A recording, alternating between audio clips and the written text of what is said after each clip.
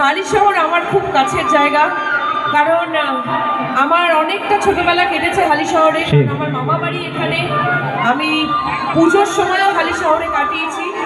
আবার এইভাবে এত বড় হয়ে এইভাবে আসতে পেরে খুব ভালো লাগছে।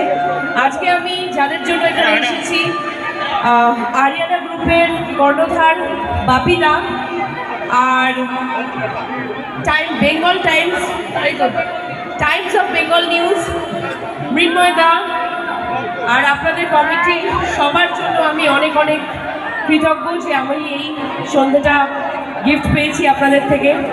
আপনাদের সাথে একটা কথা না বলে আমি থাকতে পারছি না।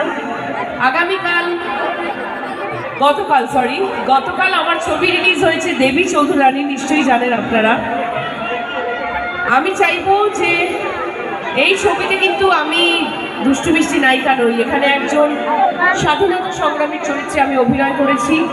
আপনাদের আশীর্বাদ ছাড়া এটা সম্ভব হতো না। আমার ক্যারিয়ারের ভীষণ ইম্পর্টেন্ট একটা ছবি। টিজার ট্রেলার দেখেছেন তো আপনারা?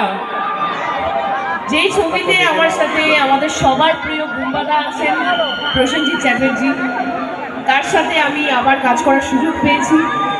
অনেকদিন পর পুজো রিলিজ, এই পুজোটা সত্যিই আমার কাছে ভীষণ স্পেশাল। আপনাদেরকে এটাই বলবো, আপনারা সপরিবারে আপনাদের কাছের সিনেমা হলে দেবী চৌধুরানী দেখবেন, আমাকে আশীর্বাদ করবেন। আপনাদের আশীর্বাদ ছাড়া আমি কিছুই না। সবসময় আপনারা আমাকে ভালোবাসা দিয়েছেন, তার জন্যই আজকে এখানে আসা।